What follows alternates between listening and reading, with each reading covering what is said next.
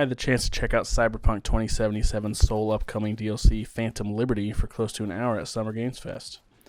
Phantom Liberty is a great example of showing off how Cyberpunk has a knack of knowing when and just how much it needs to be over the top without causing people to roll their eyes too much. I think, just as was true with Witcher 3, Cyberpunk's DLC has the potential to be the best content in the game. In Phantom Liberty, V must save the President of the new United States of America.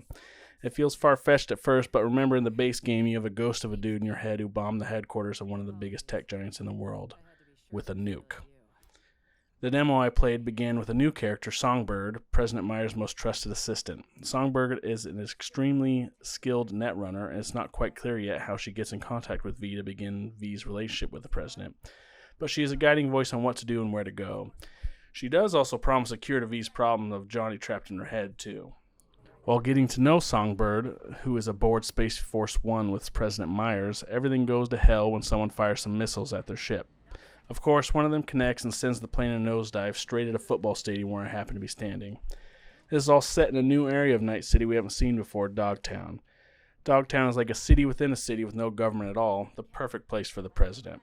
In a lawless place with a power vacuum, there's always someone willing to take charge, however. A warlord of sorts has taken roost to make Dogtown his own little kingdom. Instead of the NCPD milling about, there are mercs of every kind roaming in armored tanks, mechs, and just walking the streets themselves. Nothing and no one is friendly, and I definitely felt a little out of place compared to other Night City locales.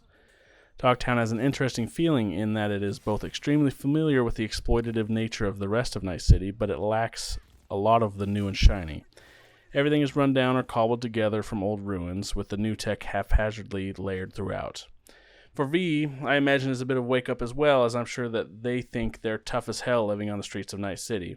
I don't think it compares to what people have to deal with in Dogtown, however. This is the world I found myself in with President Myers. She doesn't have anyone she can trust, and she really only trusts V because of their connection to Songbird. Myers has no idea who shot Space Force One down, so she can't call in allies back at the White House, because who knows if someone friendly or not will answer the call. This is where Solomon Reed comes in, the character portrayed by Idris Elba. He is an elite spy and FIA agent with a ton of experience under his belt. V will team up with him and Phantom Liberty to figure out exactly what is going on. I love the premise and just how wacky and fitting it is for the absurdity of Cyberpunk 2077's world. Who doesn't want to team up with a kick-ass president, shoot down some bad guys while running around trying to figure out a spy thriller with Idris Elba? Oh, and don't forget Johnny is still in the mix. He obviously has very strong opinions on the president and V's willingness to help her. At one point, Myers asked V if they would take an oath to essentially become a government agent. You can choose whether or not to take it, and Johnny definitely has some strong opinions on whether or not you should. He has some pretty funny reactions if you do as well.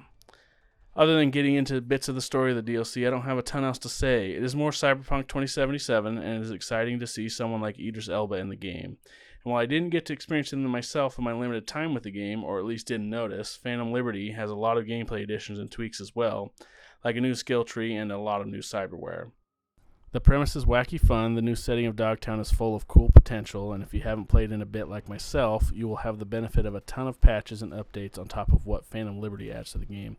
And we don't have much longer to wait either, as it comes out this September 26th. Keep moving back. You'll see a safe room. I'll pop the release on the door.